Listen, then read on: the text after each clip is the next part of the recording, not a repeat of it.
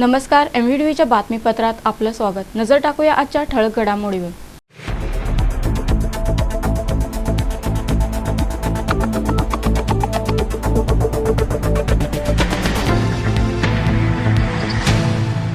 पंतप्रधान नरेंद्र मोदींच्या शुभ हस्ते आज शिवस्मारकाचे भूमिपूजन संपन्न झाले। नोटबंदीचा प्रभाव नाताळ सणावरही पडला असून नाताळ सणात मोठ्या प्रमाणावर मागणी असणाऱ्या केक शॉपच्या बिझनेसवरही त्याचा प्रभाव पडलेला दिसला। 55,000 कोटीच्या रेल्वे प्रकल्पांचा आज पंतप्रधान नरेंद्र मोदींच्या शुभ हस्ते शुभारंभ। खारघर सेक्टर 19 मधील वास्तुविहार ते तळोजा रस्त्याची दयनीय अवस्था झाली आहे। छत्रपती शिवाजी महाराज यांचे भव्य स्मारक मुंबईतील अरबी समुद्रात साकारत आहे। या पार्श्वभूमीवर आज 24 डिसेंबर रोजी पंतप्रधान नरेंद्र मोदी यांच्या हस्ते आणि मुख्यमंत्री देवेंद्र फडणवीस यांच्या प्रमुख उपस्थितीत या शिवस्मारकाचे भूमिपूजन आणि जलपूजन संपन्न झाले। छत्रपती शिवाजी महाराज यांचे भव्य स्मारक मुंबईतील अरबी समुद्रात साकारत आहे। या पार्श्वभूमीवर आज 24 डिसेंबर रोजी पंतप्रधान नरेंद्र मोदी यांच्या हस्ते आणि मुख्यमंत्री देवेंद्र फडणवीस यांच्या प्रमुख उपस्थितीत या शिवस्मारकाचे भूमिपूजन आणि जलपूजन संपन्न झाले। यासाठी राज्याच्या विविध भागातील गड किल्ले आणि नद्यांचे पाणी कलशाद्वारे मुंबईत आणले गेले। त्या अनुषंगाने बेलापूरच्या आमदार मंदाताई म्हात्रे यांनी बेलापूर किल्ला आणि श्री गोवर्धनी माता मंदिर येथून जल आणि माती कलश घेऊन मुंबईकडे प्रस्थान केले। छत्रपतींच्या आशीर्वादाने राज्यात भारतीय जनता पार्टीचे सरकार सत्तेवर आले। विधानसभा निवडणुकीपूर्वी सत्तेवर आल्यास अरबी समुद्रात छत्रपती शिवाजी महाराज यांचे भव्य स्मारक उभे करण्याचे आश्वासन भाजपातर्फे देण्यात आले होते। त्याची वचनपूर्ती सदर ऐतिहासिक सोहळ्याच्या माध्यमातून होत आहे। विशेष म्हणजे अरबी समुद्रात साकारल्या जाणाऱ्या छत्रपती शिवाजी महाराजांच्या भव्य दिव्य स्मारकासाठी आवश्यक परवानग्या राज्य सरकारने 2 वर्षात मिळविल्या आहेत। आज सदर स्मारकाच्या भूमिपूजन जलपूजनाच्या सुवर्णमंगल क्षणी आज पंतप्रधान नरेंद्र मोदी यांच्या हस्ते आणि मुख्यमंत्री देवेंद्र फडणवीस यांच्या उपस्थितीत शिवस्मारकाचे भूमिपूजन जलपूजन संपन्न झाले। भारत माता की, भारत माता की। छत्रपती शिवाजी महाराजांना मी मानाचा मुजरा करतो। आप कल्पना कर सकते हैं कि आज मैं कितना आनंदमय अनुभूति कर रहा हूं।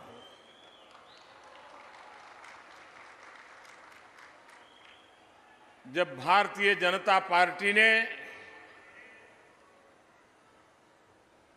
2014 के चुनाव के लिए मुझे जिम्मेवारी दी तो मैं पहले रायगढ़ के किले पर आया।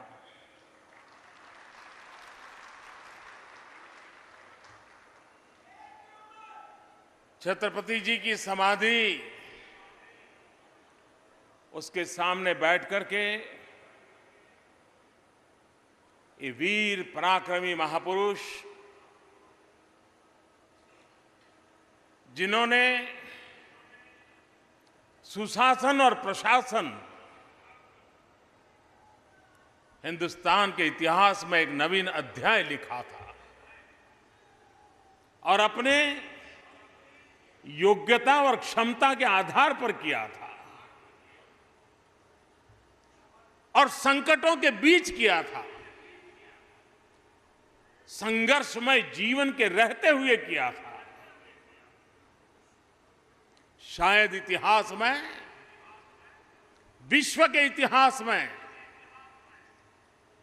ऐसा व्यक्तित्व असंभव है कि जिसने लगातार संघर्ष के बीच में सुशासन की उत्तम परंपरा को मजबूत बनाया हो, आगे बढ़ाया हो।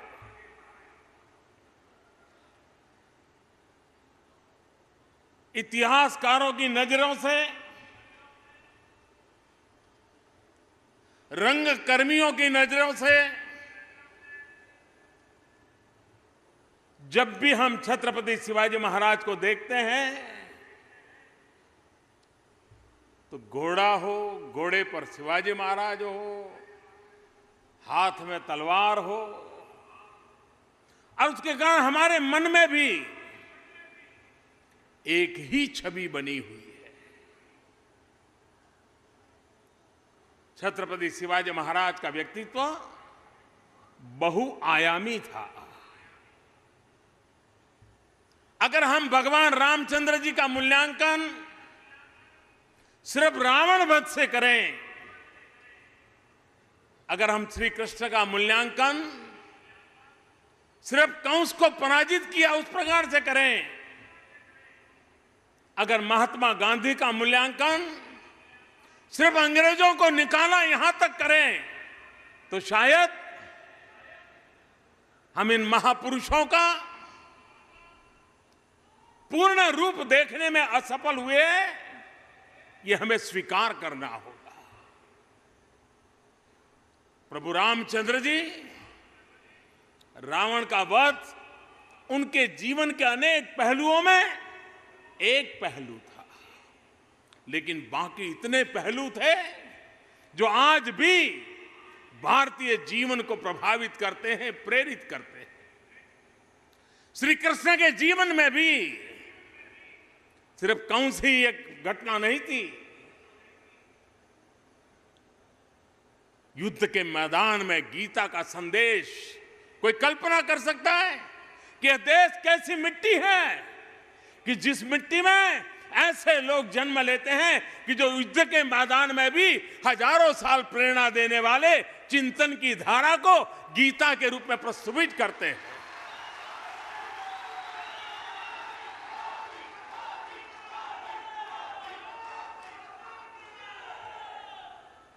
महात्मा गांधी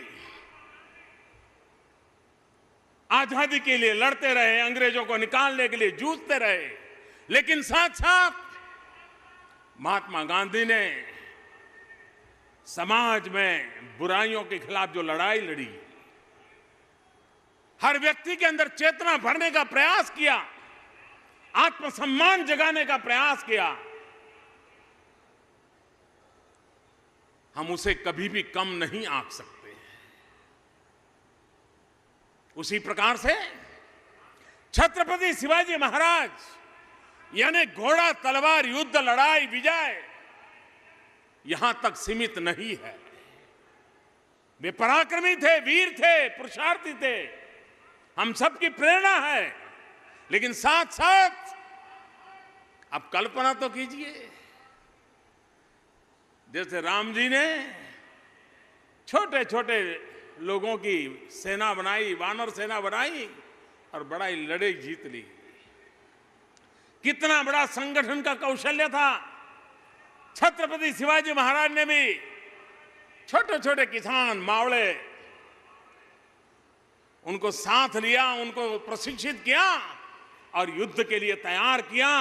कितने बड़े संगठन शास्त्र का कौशल्य छत्रपति शिवाजी महाराज ने प्रस्तुत किया। आज भी हिंदुस्तान के इंजीनियरिंग के स्टूडेंट के लिए अगर वाटर मैनेजमेंट क्या होती है, वाटर के लिए इंफ्रास्ट्रक्चर क्या होता है,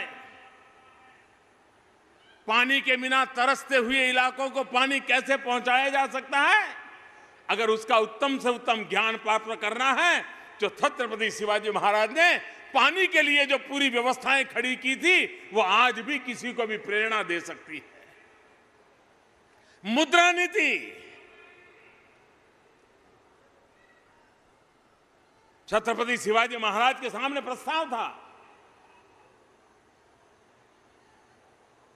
कि मुद्रा का निर्माण, सिक्के बनाने का काम विदेशी लोग करने को तैयार थे। छत्रपति शिवाजी महाराज की दीर्घ दृष्टि थी। उन्होंने कहा अगर मुद्रा पर किसी का अधिकार हो गया तो उस शासन को पराजित होने में देर नहीं लगती है। और उन्होंने खुद ने सिक्के बनाने के लिए व्यवस्था खड़ी की, लेकिन कभी विदेशियों की व्यवस्था को स्वीकार नहीं किया। आज पूरे विश्व में सामुद्रिक सुरक्षा एक बहुत बड़ा विषय बना हुआ है। सारी दुनिया सामुद्रिक सुरक्षा को लेकर के सजग हो गई है। हर किसी को अपने अधिकारों की रक्षा और अपने व्यापारिक संबंधों को विश्व भर में सुरक्षा मिले, उसकी चिंता रहती है। लेकिन इतने सालों पहले इसी धरती में एक वीर पुरुष पैदा हुए थे जिन्होंने नेवी की स्थापना की थी और सामुद्रिक सामर्थ्य को जिन्होंने पहचाना था। और हम सिंधु दुर्ग समेत जितने भी किले देखते हैं उसमें उस नेवी के लिए आवश्यकताओं को बल दिया गया है। ये बात सही है। दुनिया में जहां पर पुरातन जीवन व्यवस्थाएं हैं उन देशों में टूरिज्म को आकर्षित करने के लिए आइकॉनिक चीजें एक बहुत बड़ा आकर्षण का कारण बनती है। आज भी दुनिया हिंदुस्तान में टूरिज्म की चर्चा आती है तो ताजमहल का नाम सुनते ही उसको लगता है कि मुझे जाना चाहिए। हर युग में इस प्रकार के आइकॉनिक सिंबॉलिक चीजों का जो निर्माण हुआ है सदियों तक उस देश की वो पहचान बना हुआ है। दुनिया के कई देश हैं जहां सिर्फ फॉर टूरिज्म किलों का प्रवासन, इसके लिए अलग से व्यवस्थाएं हैं। भारत के पास भी हमारे राजा महाराजाओं के जमाने में ऐसे पूरे देश के हर कोने में अनेक किले बने हुए हैं। इसकी अपनी एक रचना है, सुरक्षा का विज्ञान है, आर्किटेक्चर है। उस समय किस प्रकार के संसाधनों का उपयोग होता था उसकी भली भांति विशेषताएं हैं। लेकिन दुर्भाग्य से हम ताजमहल के बाहर निकल ही नहीं पाए। इस देश के हर कोने में विश्व को आकर्षित करने के लिए अनेक प्रवासन धाम है। अगर भारत का सही रूप में विश्व के सामने प्रस्तुतिकरण हो तो विश्व को भारत में टूरिज्म के लिए आकर्षित करने की पूरी ताकत है। आज दुनिया में सबसे तेज गति से आगे बढ़ने वाला कोई क्षेत्र है तो टूरिज्म है। ट्रिलियंस ऑफ ट्रिलियन डॉलर का व्यापार टूरिज्म में है। भारत दुनिया की पुरातन परंपराओं से जीने वाला देश विश्व को आकर्षित कर सकता है। छत्रपती शिवाजी महाराजांच्या भव्य स्मारक भूमिपूजन व जलपूजन या सुवर्ण क्षणी नेत्रदीपक सोहळ्यास बेलापूर नवी मुंबई आमदार सौमंदाताई म्हात्रे, जिल्हाध्यक्ष रामचंद्र घरत तसेच संपूर्ण नवी मुंबईचे भाजपा कार्यकर्ते, पदाधिकारी, राज्यभरातील शिवप्रेमी या नेत्रदीपक सोहळ्यास उपस्थित होते। पंतप्रधान नरेंद्र मोदींच्या शुभ हस्ते आज शिवस्मारकाचे भूमिपूजन संपन्न झाले। Bureau report MVTV। मुंबई उपनगरी लोकलचा प्रवास येत्या 5 ते 6 वर्षात अधिक सुखकर व वेगवान होण्याची आशा आहे। MRVC तर्फे तब्बल 55,000 कोटी रुपये किमतीचे विविध रेल्वे प्रकल्प राबविले जाणार आहेत। या प्रकल्पाचा शुभारंभ पंतप्रधान नरेंद्र मोदी यांच्या हस्ते मुंबईत शनिवारी करण्यात आला। मुंबई उपनगरीय लोकलचा प्रवास येत्या 5 ते 6 वर्षात अधिक सुखकर व वेगवान होण्याची आशा आहे। MRVC तर्फे तब्बल 55,000 कोटी रुपये किमतीचे विविध रेल्वे प्रकल्प राबविले जाणार आहेत। या प्रकल्पाचा शुभारंभ पंतप्रधान नरेंद्र मोदी यांच्या हस्ते मुंबईत शनिवारी करण्यात आला। यामध्ये MUTP 3 वांद्रे ते विरार एलिव्हेटेड, CST ते विरार एलिव्हेटेड आणि पनवेल वसई विरार कॉरिडॉर यांचा समावेश असल्याची माहिती MRVC ने दिली। महत्त्वाची बाब म्हणजे MUTP 3 अंतर्गत 47 नव्या स्वयंचलित दरवाजाच्या लोकली दाखल होतील। या लोकल संपूर्ण एसी असणार की त्यांचे काही डब्बे एसी असावेत यावर विचारविनिमय सुरू असल्याचे MRVC कडून स्पष्ट करण्यात आले। MRVCच्या MUTP 3 मधील 11,000 कोटी रुपयाच्या प्रकल्पांना नुकतीच केंद्रीय मंत्रिमंडळाकडून मंजुरी देण्यात आली। यामध्ये विरार डहाणू चौपदीकरण, पनवेल ते कर्जत दुहेरी मार्ग, ऐरोली ते कलवा लिंक रोड, 47 नव्या लोकल यांचा समावेश आहे। या प्रकल्पाचे भूमिपूजन शनिवारी पंतप्रधान नरेंद्र मोदी यांच्या हस्ते करण्यात आले। Bureau report MVTV। Kharghar sector 19 मधील वास्तुविहार ते तळोजा रस्त्याची दयनीय अवस्था झाली आहे। या रस्त्यावर जागोजागी खड्डे पडले आहेत, त्यामुळे नागरिकांना नाहक त्रास सहन करावा लागत आहे। खारघर सेक्टर 19 मधील वास्तुविहार ते तळोजा रस्त्याची दयनीय अवस्था झाली आहे। रस्त्यावर जागोजागी खड्डे पडले आहेत। या रस्त्यावरून ये-जा करताना लोकांना आपला जीव मुठीत घेऊन रस्त्यावरून ये-जा करावी लागत आहे। रात्री रस्त्यावरील लाईट बंद असल्यामुळे लोकांना अंधारातून व रस्त्यात पडलेल्या खड्ड्यातून जीव मुठीत घेऊन मार्ग काढावा लागत आहे। त्यामुळे येथे मोठा अपघात होण्याची शक्यता वर्तवली जात आहे। तसेच येथील रस्त्यावर विजेच्या तारा अस्ताव्यस्त पडलेल्या दिसत आहेत, त्यामुळे एखाद्याला शॉक लागून त्याचा जीव जाण्याचा धोका येथे संभवतो। येथील नागरिक या विविध समस्यांनी ग्रासले असून लवकरात लवकर प्रशासनाने या गोष्टीकडे लक्ष देऊन नागरिकांच्या या समस्यांचं निवारण करावं अशी मागणी येथील नागरिकांनी केली आहे। जैसा कि आप यहाँ पे देख सकते हैं कि यहाँ पे हर एक रास्ता जो है वो बिल्कुल भी प्रॉपर नहीं है। यहाँ पे हर जगह रास्तों में गड्ढे खोद के रखे हैं और जैसा कि आप देख सकते हैं यहाँ पे जितने भी स्ट्रीट लाइट्स है, जितने भी लैंप्स है, इसमें से एक भी स्ट्रीट लाइट चलता नहीं है। यहाँ पे CCTV कैमरे भी लगे हुए हैं, बट रात में उस CCTV कैमरे का मतलब ही क्या जब उसको लाइट में कुछ दिखाई नहीं देगा। इसके लिए ये जगह पे रात के टाइम पे तो औरत लोग तो सेफली चल ही नहीं सकते, क्योंकि ये जगह पे पूरा अंधेरा रहता है, तो वो लोग को भी खुद को सिक्योर नहीं लगता होगा। और जैसा कि अभी आप देख सकते हैं, अभी का ये इंसिडेंस है यहाँ पे मैं अभी यहाँ पे गड्ढे में मैंने गाड़ी स्लो किया, मैंने ब्रेक मारा यहाँ पे, और जैसा कि आप देख सकते हैं पीछे मेरी गाड़ी को किसी ने ठोक के वो भी बंदा वहाँ से भाग चुका है। तो ये इसी वजह से हो गया क्योंकि पूरा रास्ता यहाँ पे इन्होंने खोद के रखा है, इम्प्रॉपर रास्ते हैं, और इसके वजह से गाड़ी का एक्सीडेंट्स और रात में बहुत सारे यहाँ पे क्राइम्स भी हो सकते हैं। तो इसके लिए अपने ये टॉपिक पे तो अपने कुछ करना चाहिए अपने सड़कों को। हाँ, मतलब रास्ते तो प्रॉपर है नहीं, सिडको यहाँ पे ध्यान नहीं देता है। ये एरिया देखो बहुत अच्छा है, सब डेवलप्ड है, पर रास्ते पे कहीं भी खड्डे हो जाते हैं। मतलब रात के टाइम तो बहुत प्रॉब्लम होता है, कुछ दिखता नहीं है, अचानक से खड्डे आते हैं, ब्रेक मारेगा, एक्सीडेंट्स हो जाते हैं यहाँ पे बस। और यहाँ पे सब एक भी स्ट्रीट लाइट भी चलता नहीं है। हाँ, सिडको तो बिल्कुल ये एरिया में तो बिल्कुल ध्यान नहीं दे रही है। देखिए आसपास देखिए पूरा कैसा एरिया है। मतलब कॅमेरामन सूरज कांबळेसह राज चव्हाण, MVTV। नवी मुंबईतही मोठ्या उत्साहात नाताळ सण साजरा केला जातो। नाताळ सणामध्ये केकला विशेष मागणी असते। नोटाबंदीमुळे केकला असलेल्या मागणीत घट झाली असून त्याचा परिणाम केक शॉपच्या बिझनेसवर झाला आहे। भारत हा देश विविध धर्म, संस्कृती, परंपरा, सण, उत्सव यांनी सजलेला आहे। भारतातील नाताळ हा सण ख्रिश्चन बांधव मोठ्या उत्साहात साजरा करतात। मुंबई, नवी मुंबईतही मोठ्या प्रमाणावर ख्रिश्चन बांधव राहतात, त्यामुळे नवी मुंबईतही मोठ्या उत्साहात नाताळ सण साजरा केला जातो। नाताळ सणामध्ये केकला विशेष मागणी असते। नोटाबंदीमुळे ग्राहकांकडून केकला असलेल्या मागणीत घट झाली असून त्याचा परिणाम केक शॉपच्या बिझनेसवरही झाला आहे।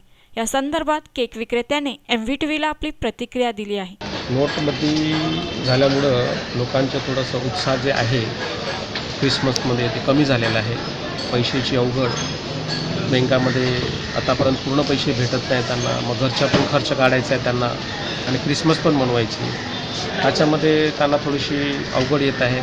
केक घेऊ का, प्रोग्राम करू घरी का, लोकांना बोलू, काय करू, म्हणजे थोडंसं उत्साह जे ते क्रिसमस जे मनवणारे आहेत त्यांच्यामध्ये थोडंसं कमी झालेलं आहे। ख्रिश्चन जास्त करून हे प्रोग्राम मनाने करत असतात, त्यांच्यामध्ये तेवढा कमी तर उत्साह नाही आहे। त्याचं घरच्याच त्यांच्या दिवाळीसारखा प्रोग्राम असतो, त्यांच्यामध्ये उत्साह दिसतो, पण तेवढं नाही दिसत जे पहिल्यासारखा आपल्याला दिसायला येते। त्यामुळे आता पैशामुळे लोकांचा उत्साह पण कमी झालेला आहे। मला वाटतं नोटबंदीमध्ये बराचसे त्यौहारमध्ये पण थोडा फरक पडणार आहे।